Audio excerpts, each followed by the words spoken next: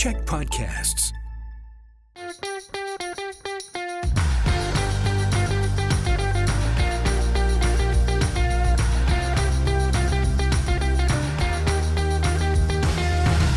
Hey everyone, and welcome to Political Capital, your source for all the latest in BC politics. I'm your host, Rob Shaw, coming to you from, as always, the Check News World Headquarters here in Victoria, Ottawa, with a huge new federal budget this week, pressure ramping up on crime in the legislature, and politicians grappling with the issue of foreign interference. Just some of the topics that we will hit on this week with our pod squad. You know them, Kareem, Allie, and Jeff are here this week. Thank you all for walking us through these complex issues, starting with the federal budget. Now, Prime Minister Justin Trudeau opened the spending floodgates, delivering a fiscal plan with more than $40 billion in deficit that went big in some areas, clean technology, not so big in others. It was, in part, I think, a response to the American Inflation Reduction Act. BC, watching from all the way out here on the West Coast, where often we get forgotten about. Kareem, let's start with you.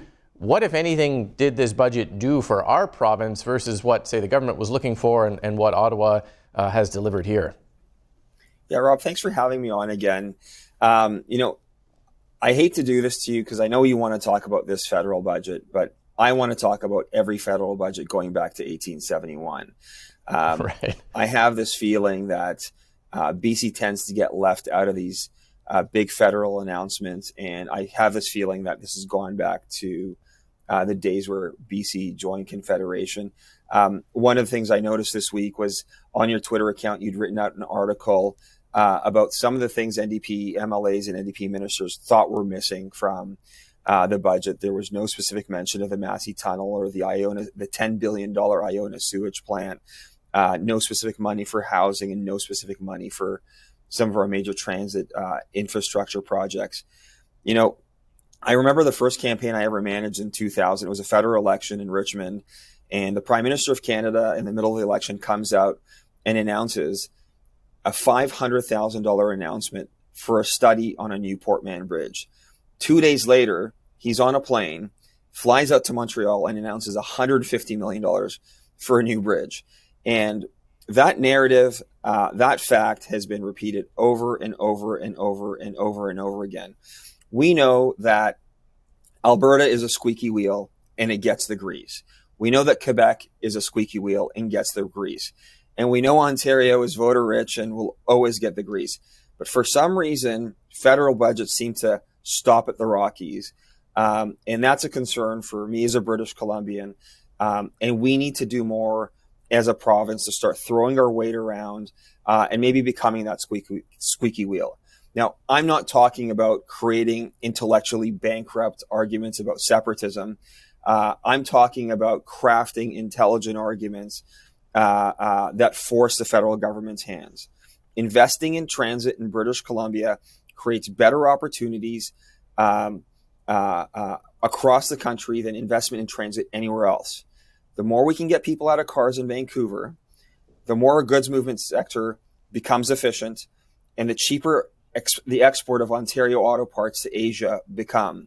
So investing in transit in Vancouver creates a much larger bang for the buck for Saskatchewan wheat farmers, canola farmers, Ontario auto parts manufacturers, and the lack of recognition that BC deserves the kind of investment that historically Toronto and Montreal have been getting is now. Mm-hmm. Some good points there. Allie, what do you think? So there's a couple of things in there. Kareem, fantastic job of just kind of summarizing what BC actually needs, and that's just generally more, right? But I think the question here is why, right? So why isn't it that more people aren't concerned about the fact that the provincial NDP and the federal NDP are the same, right? It is what it is. So then is that why we're not getting more advocacy on the government side of fighting for our fair share? And we'll see the difference here between Danielle Smith, who's about to go into an election. And to your point, Kareem, she has always been very vocal about it, truly every opposition to anything that Ottawa says. But then we in BC are just like, okay, well, fair enough. Like, that's just what happens. I'll just continue to move on. And I just don't think that that's fair. But that is something that we can do. And so MPs from all across the country are going to come into BC here soon and do their tour talking about the federal budget. I think GBBot's hosting something. The Surrey Board of Trade is hosting something. And so that's another opportunity for us to stand up for BC. But I just get a little annoyed about it every time we hear something from Ottawa. We did have, our premier went to Ottawa earlier this month, sat down with the Prime Minister face to face, made a pitch on housing, use some federal land, use some military land, get big back in the game, help us out. Prime Minister says, yeah, great. And then this budget comes out and there's basically nothing. There's nothing in it on housing, and there's the whole discussion of land has disappeared. I'm not sure it's an ideological thing, Jeff, but how do we square what's not in here with what BC keeps advocating for, do you think? Well, the first thing I'll say that if we're going to go back to 1871, we did okay on the Canadian Pacific Railway. That, the government came through for us on that. Not on the island. Our railway is no longer operating on the island. As a Confederation has screwed us again, but carry on. Yeah. But that railway was late, like very, very late. Like they didn't deliver. Okay. This is even a bigger rabbit hole than my usual TV. Dear Ottawa, here in BC on housing, we could use a little bit more Marshall Plan and a lot less Stephen Harper boutique tax credit. Sincerely, everyone. There were good things in the budget on clean tech and investment in green energy. There's going to be 30% capital tax credit that's got the mining sector and critical minerals producers really excited. And it's good news for decarbonization and electrification of our economy. But if there's, I agree with on housing. If there's one priority that British Columbians have right now, it is housing. And the fact that there's nothing new in this budget, that the federal government is staying with the tried and failed approaches of incenting the market to do things instead of taking a more direct role in the building of housing supply is infuriating. I was listening to Minister Freeland in an interview, and she was asked, okay, well, housing affordability, big issue. People can't afford houses. Businesses can't attract and retain workers because they want to go and live someplace they can actually afford. And she pointed to a $500 benefit that people could apply for.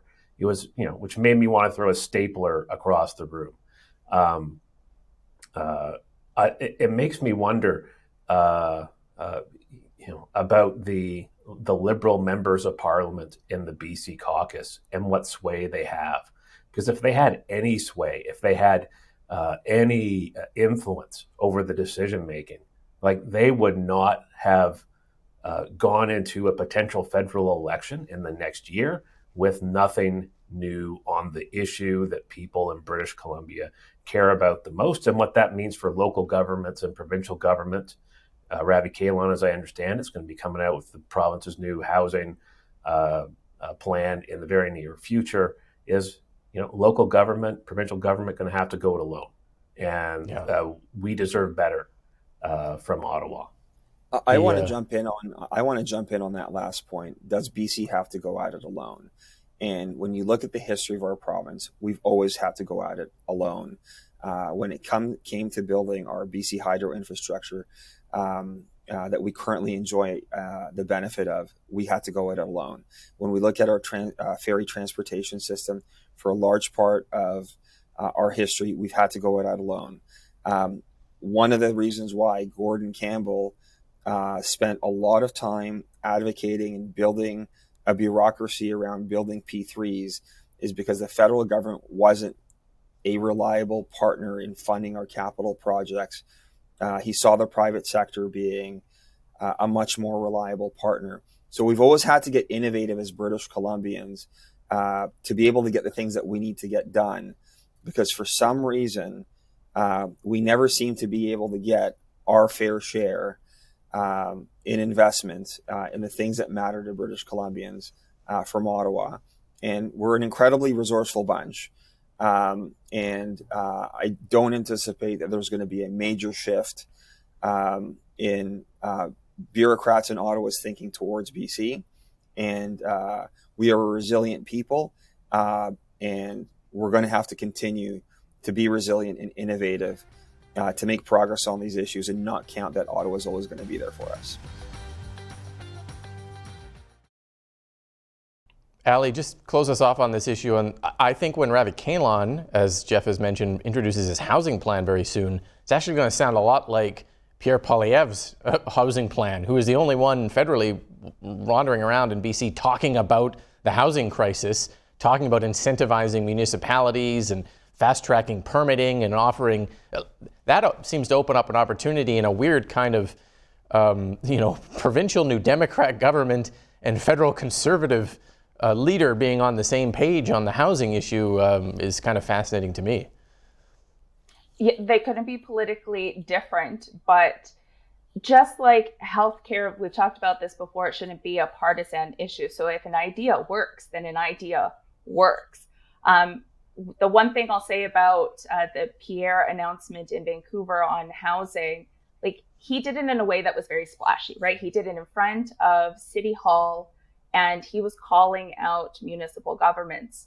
And I think that national stage will help us in BC. Like if the idea is sound, then let one person just run with it and allow for it to get out there.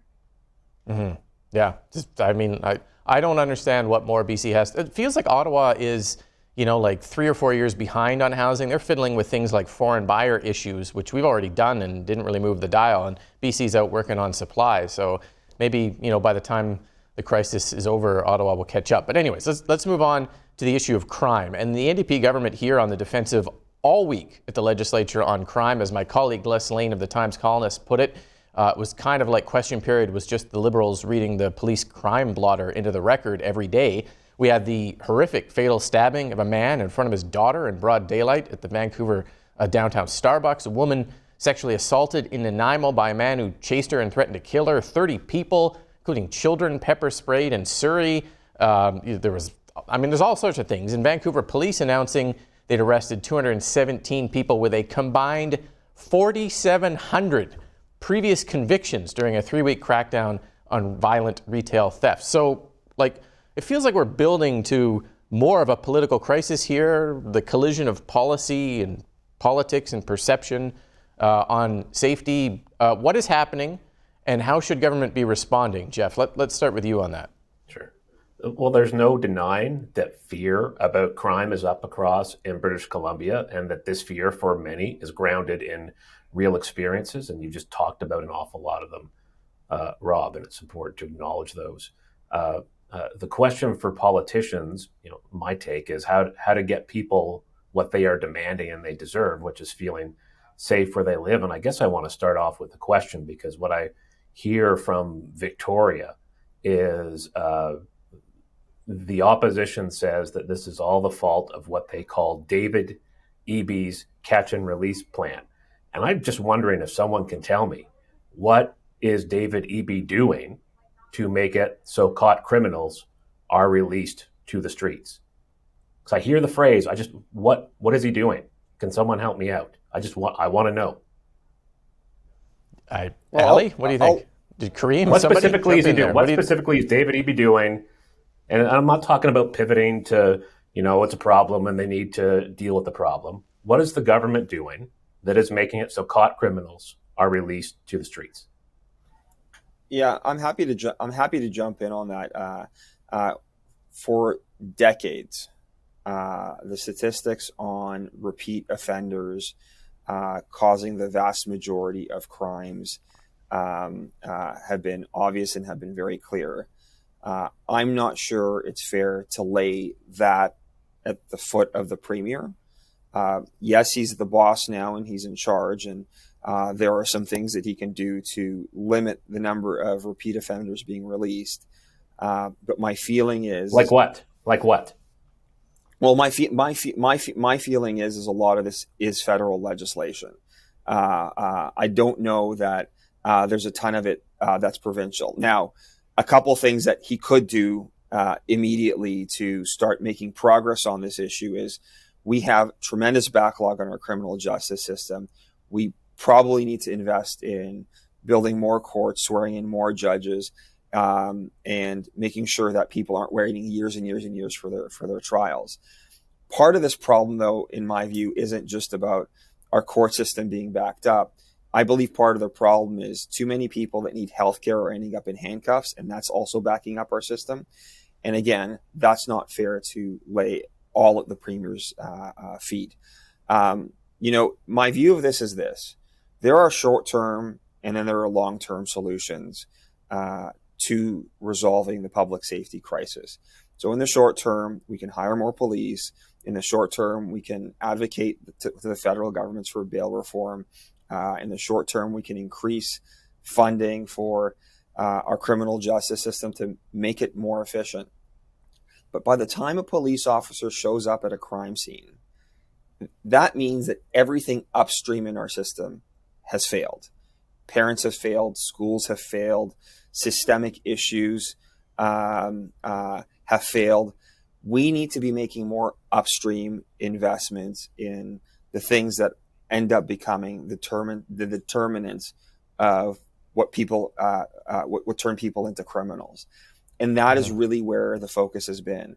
The hysteria around the stabbings, and it warrants definitely a lot of attention, but the hysteria around all this is forcing the narrative and the debate to be on what can be done immediately. But the only solution is to start making meaningful investments upstream in the system: healthcare, mental health, poverty reduction measures. These are the things that we need to be investing in, and these are the things that we need to be talking about, because we just can't keep going down the path of hiring more and more and more and more police and expect that this problem is going to go away.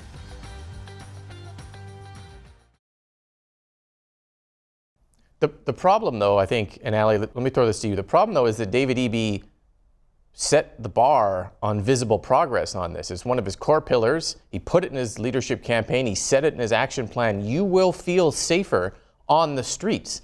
He wasn't forced to say that. He said it. It's the metric we're supposed to judge him on. I know the Liberals, on their catch and release kind of argument, tend to immediately sort of pivot into the involuntary care argument, which is complicated, maybe related, maybe not, whole other can of worms there. How do we reconcile the Liberal argument, Eby's promise, and put all that together on crime?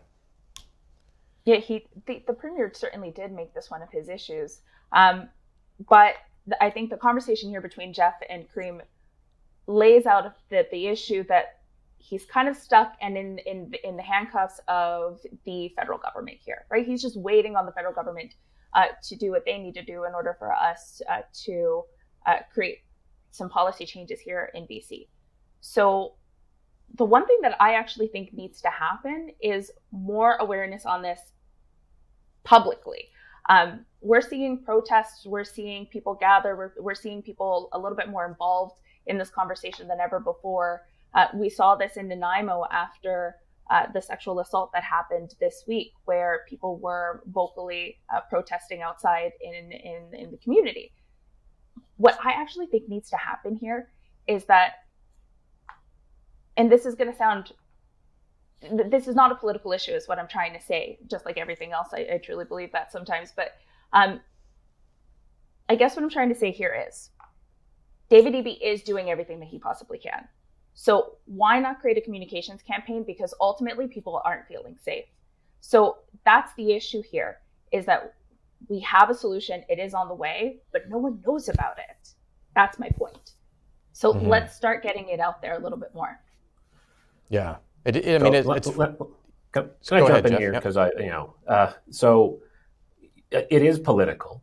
It is, it's political because Kevin Falcon every day is saying that the reason why these terrible things are happening in British Columbia right now is David Eby's catch and release plan, that no one, as there is nothing actual that he can point to that David Eby is doing to make it so that caught criminals are released to the street. And there are issues, and we've talked, these are good points that folks make about bail reform. BC's gone to Ottawa, and Ottawa's agreed to fix it, and NDP's hired more police, and when Vancouver tried to cut police budget, the NDP stepped in and made made them make the budget whole again. There's $1 billion for mental health. There's more supportive housing in the pipeline than ever, and it's being fought tooth and nail on the ground by conservatives everywhere it's happening, because it shouldn't be in this neighborhood or in that neighborhood. So what I think is that if there's a safety problem, then let's bring in. We're acknowledging that people are afraid, and this is an issue in communities, but then let's bring in good policy to fix it so people can feel safe. Because right now, politically, what we're getting from the opposition is just pointing out the problem, blaming others for failing to solve it, and that's not advancing the common good. It's not making the opposition's people job, safer, and it's just advancing, some partisan political interests. And it's not a new problem. Plato talked about this 2,500 years ago, warning that the biggest risk is politicians swaying people, appealing to emotions and desires and fears rather than reason and wisdom. And I would hope that in the political debates in Victoria, that there is more of the wisdom that I've heard in the 2 minutes that we've talked about this on the show than what I'm hearing from elected officials in the provincial capital, who are supposed to be leading but are playing games and stoking fear to advance their own interests, and that doesn't make anyone safer. I think the flip side, though, Jeff, on that is that there is a public kind of fear and sentiment that the Liberals are picking up on, that they are expressing in the legislature. And yes, maybe it's not fair, but that's kind of politics. Christy Clark wasn't responsible for corruption in the housing sector, and the NDP advanced that quite successfully in previous campaigns. So anyways, the risk I think the NDP have here is that they're not quite recognizing the public mood of fear on the streets. And I think that'll be the question we debate in the future. Thank you to the panel for being here. Thank you for watching. Make sure you subscribe to the podcast and also on Check Plus. We'll be back with all the latest here in BC politics next week on Political Capital.